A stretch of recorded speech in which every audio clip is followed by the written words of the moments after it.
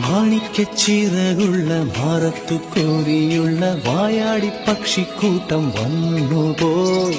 കാടൊന്നു കാണാനായി കൂടൊന്നു കൂട്ടാനായി ആകാശപ്പുഴ നീവി കുതിച്ചുപോയി.